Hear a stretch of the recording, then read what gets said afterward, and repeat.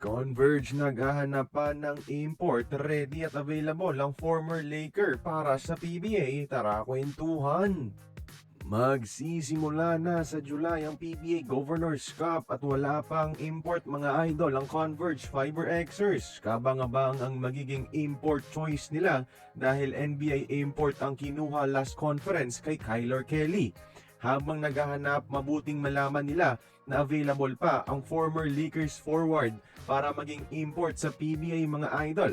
Dahil free agent siya ngayon at wala pa rin kontrata kahit sa NBA G League.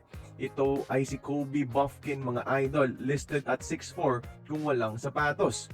Huling naglaro sa LA Lakers sa kakatapos lang na NBA season at naging halimaw na player sa kanilang G League team. All-around player at scorer itong si Buffkin na kayang dalhin ang Converge sa next level. Sakto kasing free agent na siya at ready tumanggap ng kontrata. Wala pa rin kasing NBA G League team na kumukuha.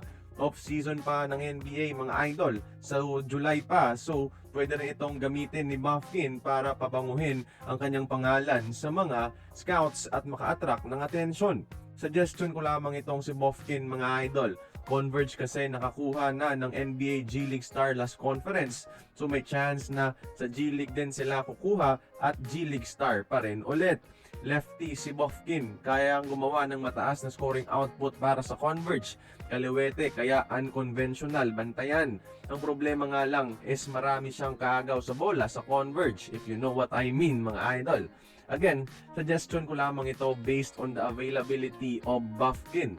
Kayo ba mga idol, gusto nyo rin bang makita ang isang former LA Lakers kagaya ni Kobe Buffkin sa ating pambansang liga?